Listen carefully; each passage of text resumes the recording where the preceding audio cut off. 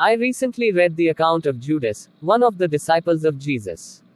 How exactly did he die? Don't come with your criminal ways of answering my questions this time around. So I have become a criminal to you simply because I do answer your weak arguments and questions. Well, for your question, Judas died by hanging himself after he betrayed Jesus Christ. As it says in Matthew 27:5, so Judas threw the money into the temple and left. Then he went away and hanged himself. Simply. Good response from you for the first time. But what about Acts 1:16-18 that contradicts your answer? It says, with the payment he received for his wickedness, Judas bought a field. There he fell headlong, his body burst open and all his intestines spilled out. This suggests that Judas died by falling, not by hanging. A very clear text here. But I know you as a criminal that you are. You will give a criminal answer. The two accounts are complementary rather than contradictory. But you need to be mature sometimes and not calling a criminal simply because your arguments are found to be weak at all times.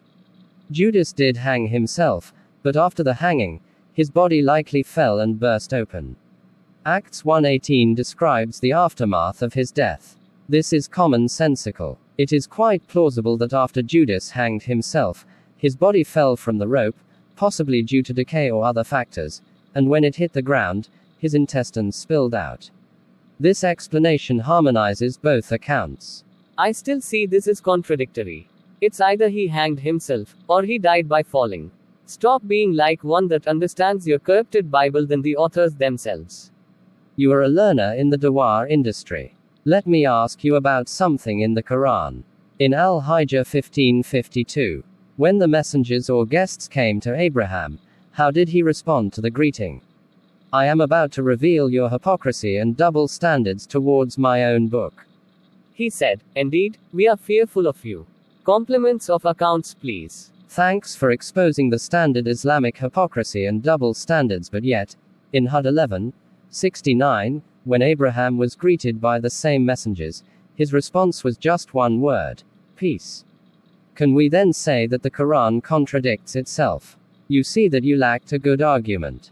Will you keep quiet? No. My arguments are strong. Those verses are not contradictory, they are complementary. You want to use my Quran to save your book. I catch you in your criminality again. The Quran, unlike your corrupted Bible, provides different parts of the conversation for a fuller understanding. I understand your game of denial. Without lies, Islam dies. In the same way you argued for your Quran even though you were hypocrite, same way, the accounts of Judas' death in Matthew 27:5 and Acts 1:18 are complementary. Together, they provide a fuller picture of what happened, harmonizing the events to give a complete narrative. You will be tormented in the fire of the grave even though you don't believe in it, for rejecting Islam and for not taking of the Shahada from me. Worst of creatures you are. Allah's wrath be upon you, infidel.